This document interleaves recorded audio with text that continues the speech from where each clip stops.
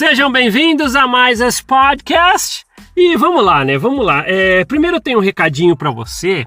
Se você ouve os nossos podcasts aqui através das plataformas Spotify, Google Podcast e Apple Podcast, se você quiser comentar, porque às vezes nessas plataformas, né, na verdade não tem lugar para você fazer os seus comentários, vem até o YouTube. Pega esse mesmo podcast que você está ouvindo, que às vezes você fala assim, pô, eu quero comentar alguma coisa. Então vai até o YouTube, que no YouTube tem os lugares para que nós possamos trocar ideias. Ali eu deixo o coraçãozinho para todo mundo que faz o comentário.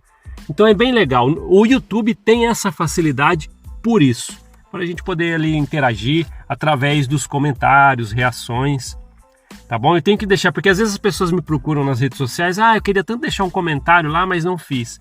Porque às vezes nas plataformas de podcast especificamente, onde somos muito mais ouvidos, que são Spotify, Google Podcast e Apple Podcast, esses lugares são muito bons para ouvir, mas você não consegue ter a interação. Então no YouTube a gente tem essa possibilidade, tá?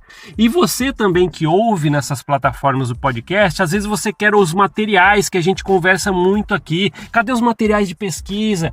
Na descrição, quando coloco no YouTube, se você está vendo agora pelo YouTube, é só ver na descrição, aí tem um monte de link para que você possa pesquisar, abrir, fazer suas pesquisas, muitos materiais em inglês, porque não tem muitas coisas em português, mas você consegue aí, hoje em dia, consegue traduzir e fazer as suas próprias pesquisas. E hoje vai ser bem legal porque é mais um episódio, aquela suposição, sabe? O que você faria, a sua reação, o que você perguntaria para Joseph Smith, se você tivesse a oportunidade de encontrá-lo. E eu tenho trazido várias pessoas, desde Vânia Amor, Marcelo Ribeiro, o Tom, e tralalá, a Vera, e a Laís, já trouxe muita gente aqui. E para fazer essa mesma suposição. E o bacana é que cada pessoa tem uma percepção diferente. Por quê? Às vezes hoje você estudou sobre a história da igreja, que nunca te ensinaram lá dentro, ou você levou uma rasteira de informações que você fala, pô, o que eu faço com isso? E esse seria um exercício. Bom, se você hoje sabe de tudo e encontrasse o seu fundador, o fundador de toda essa corporação, hoje, com o conhecimento que você tem, o que você faria? Então é bem legal até para a gente avaliar o tanto de conhecimento que a gente adquiriu ao sair da corporação, né? Estudar por nós mesmos, coisas que não ensinam lá dentro, naqueles enlatados USA, né? Então vamos lá. O relato que eu trouxe aqui, né, para vocês ouvirem, foi de um amigo. Nós temos um grupo no WhatsApp de ex-missionários, nós fizemos missão na mesma época, no mesmo lugar. E às vezes ali a gente conversa. Muitos ali não vão mais na igreja, alguns até vão ainda, mas já têm opiniões, já estudaram a história da igreja. E eu trouxe um amigo desses, né, desse grupo de WhatsApp, para ele poder relatar, né, a percepção dele, o que ele faria se encontrasse Joseph Smith, ou perguntaria. E é bem legal, então nós vamos ouvir. Eu sei que muita gente vai se identificar, porque as coisas têm sido assim quando a gente traz esse tipo de opinião. As pessoas falam, se eu encontrar Joseph Smith, tal, ele dá o seu relato. E às vezes aqui nos comentários, quando é no YouTube, eu consigo ver muita interação. Então eu também convido você, após ouvir o relato, você poder assim deixar seus comentários, tá? Então quem eu trouxe aqui foi o meu amigo Davi Camarinha. Ele foi missionário no mesmo lugar que eu, na mesma época.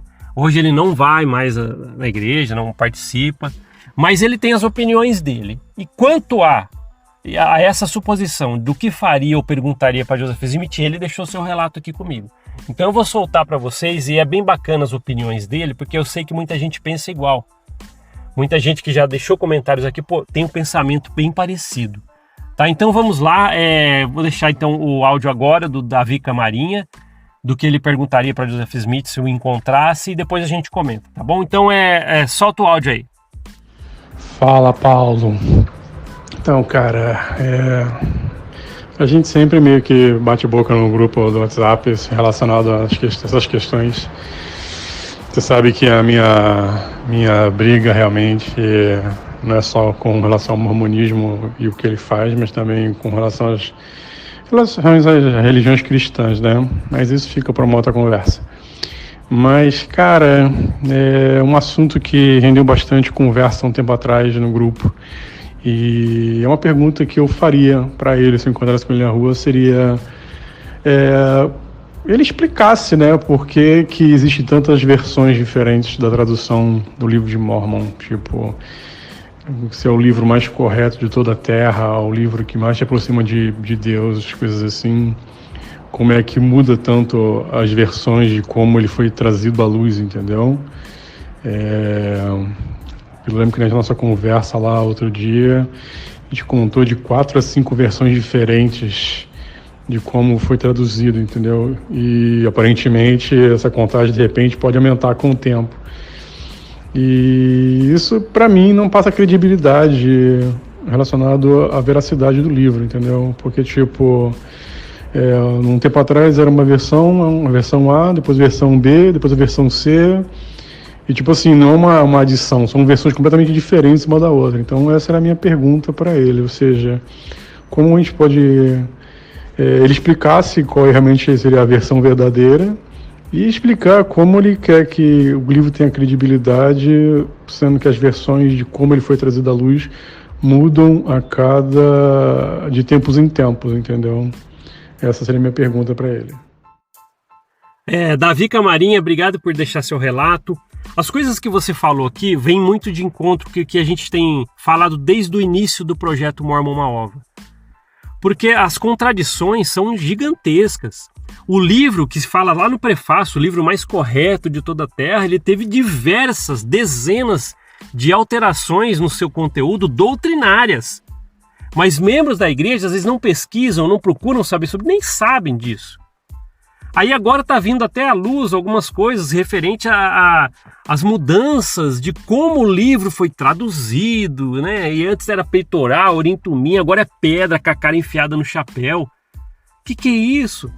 Aí você vai, né? Igual você falou, e a gente vai tentar pesquisar, você tenta saber, e você acaba descobrindo todas essas coisas e acontece o que você falou com as pessoas, que é simplesmente a credibilidade. Vai embora. Juntamente com muitas outras coisas.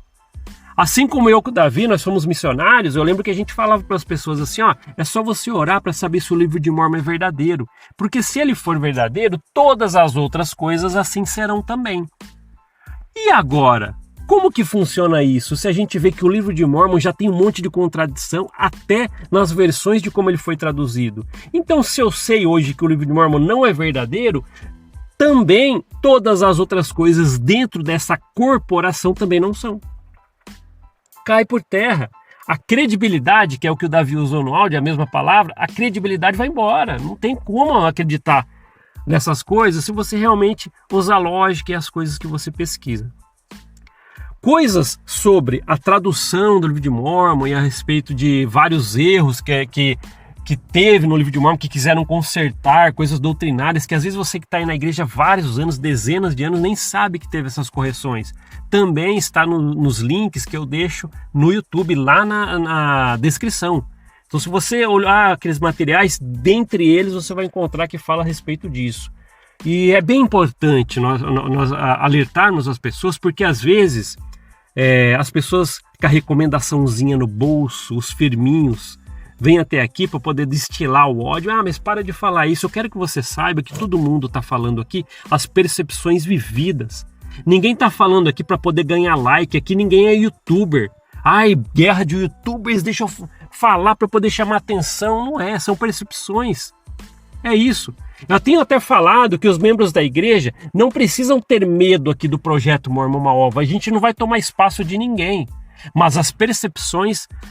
o que nós achamos, o que sentimos dentro dessa corporação, nós vamos trazer.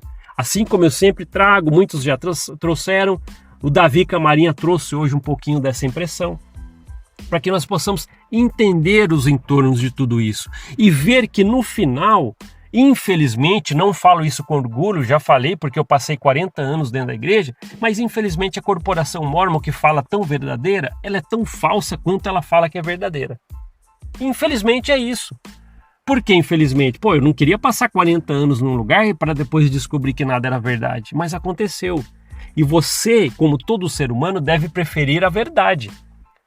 É isso. Pesquise, as fontes estão aí, as coisas existem. E não para por aí não, que o Davi falou no áudio dele, tem as várias versões que teve da tradução, várias versões de doutrinárias, que mudou muitas palavras do livro de Mórmon, que teve dezenas de correção. Também tem versões da primeira visão, e ele contou várias coisas. Imagino que ele contava mais aí que nem está registrado. Mas o que está registrado já é suficiente, né, para você pesquisar e saber que essa corporação Mórmon, ela é tão falsa quanto ela alega ser verdadeira. É isso. Davi Camarinha, obrigado novamente aí, meu grande amigo, por deixar esse áudio e um pouquinho da sua percepção sobre isso. Obrigado por ouvir esse podcast. A gente se vê na próxima. Até mais. Tchau, tchau.